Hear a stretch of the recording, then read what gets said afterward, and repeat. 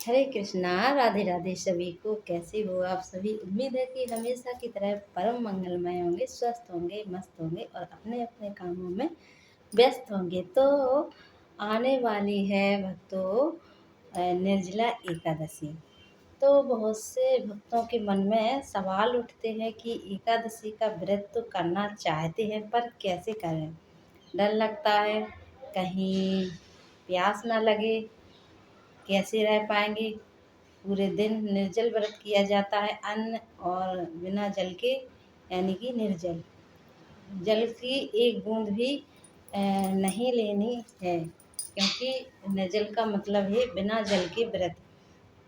तो बहुत से भक्तों के मन में डाउट होता है कि व्रत तो करना चाहते हैं पर करें कैसे, क्योंकि डर लगता है पहली बार प्रारंभ करने जा रहे हैं।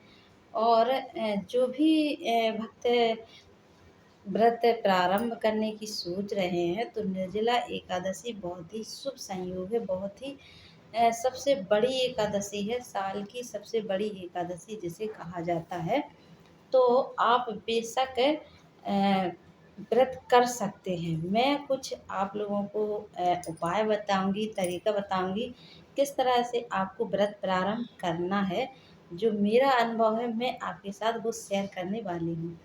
तो चलिए बताते हैं कि आपको एकादशी का व्रत जो है आपको 3 दिन के नियम फॉलो करने होते हैं, यानी कि दशमी और एकादशी और द्वादशी। 3 दिन एकादशी के नियम चलते हैं और तीनों दिन हमें एकादशी के नियम करने होते हैं। तो दशमी तिथि को क्या करना है कि जैसे दशमी तिथि को सूर्य अस्त के पहले ही हमें भोजन कर लेना है। और दशमी तिथि को आप पहली बार व्रत प्रारंभ करने जा रहे हैं तो ध्यान रखें कि नमक कम ही खाना है। हो सके तो आप कम नमक कम मात्रा में लें भोजन में। और शाम के भोजन में नमक बिल्कुल ना लें। और शाम के जो है आप शरबत है, लस्सी है, दही की लस्सी है, नींबू का की शिकंजी है, ये आप चीज़ें जो है सेवन करेंगे तो आपको बिल्कुल भी प्यास नहीं सताएगी। और एकादशी का व्रत यकीन मानिए, मेरा खुद का अनुभव है, एकादशी का व्रत आपको लगेगा ही नहीं कि मैंने व्रत किया है। और आपको नॉर्मली लगेगा जैसे कि डेली में रहते हैं इस तरह से। और उस दिन तो प्रभु की ऐसी कृपा होती है, ना ही प्यास सताती है, ना ही भूख लगती है, कुछ भी नहीं होता है। बस मन में सच्ची श्रद्धा और प्रभु के प्रति भावना हो। और हाँ, अ, लगभग 7 से 9 बजे के बीच में आपको लगेगा कि अब मुझसे व्रत नहीं रहा जा रहा है। तो ऐसे में आप क्या करें कि आप चाहे दिन में कुल्ला कितनी बार करें, कर सकते हैं, कुल्ला करें, हाथ मुँह धुलें। स्नान करना चाहें तो स्नान भी शीतल जल से कर सकते हैं। और हाँ, 7 से 9 बजे के बीच में आपको लगेगा कि अब व्रत करना मुश्किल हो रहा है, अब हम व्रत कैसे करें? तो आप शांत मन से बैठ जाइए अ, और प्रभु का ध्यान कीजिए जितनी देर हो सके। वैसे तो आप निर्जल व्रत में मतलब एकादशी की व्रत कोई भी एकादशी हो, किसी मतलब साल में 24 एकादशियाँ होती हैं।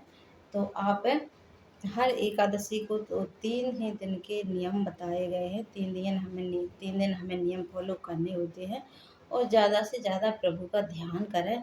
हाँ, तो शाम के टाइम आप 7 से 9 बजे के बीच में प्रभु का ध्यान करें, ज़्यादा से ज़्यादा भजन करें। हाँ, और भजन सिर्फ मौन होकर ही करना है आपको। ज़्यादा से ज़्यादा मौन रहना है, ज़्यादा से ज़्यादा मौन रहेंगे तो आपको व्रत का पता नहीं चलेगा।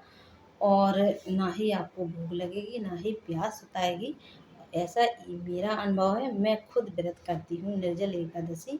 और मेरे बच्चे भी करते हैं, मेरे हस्बैंड जी भी करते हैं, सभी लोग में एकादशी का व्रत निर्जल ही करते हैं। तो आप इन नियमों का पालन करें। और एकादशी के जो है नियम 3 दिन के होते हैं। तो हमें दशमी तिथि से ही लहसुन प्याज और मांस मतलब कुछ भी तामसी भोजन का सेवन नहीं किया जाता है इसमें। तो आप एकादशी के पूरे नियम फॉलो करें। और जो मैंने बताए हैं टिप्स, सूर्य अस्त के पहले भोजन कर लें और नमक का कम से कम मात्रा में सेवन करें। और सूर्य अस्त के बाद तो भोजन नहीं लेना है, ना ही नमक। सिर्फ आप ठंडी जूस पी सकते हैं, शरबत, लस्सी, जो भी, और ठंडी चीज़ों का सेवन करें तो आपको बिल्कुल भी व्रत का एहसास नहीं होगा।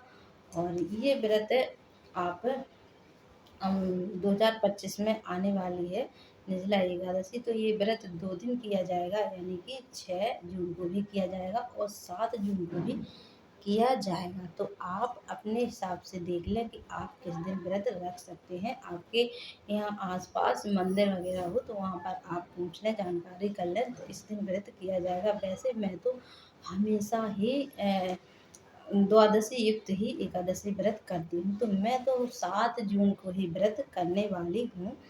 आप अपने हिसाब से व्रत कर सकते हैं। हाँ, और ध्यान रहे कि पारण का जो समय होता है वो निश्चित समय पे ही पारण करें। हरि वासना समय निकलने के बाद ही आप पारण कर सकते हैं। और हाँ, एकादशी व्रत करने के बाद आप कुछ ना कुछ दान अवश्य करें, ब्राह्मणों को भोजन कराएं और गाय को भोजन कराएं।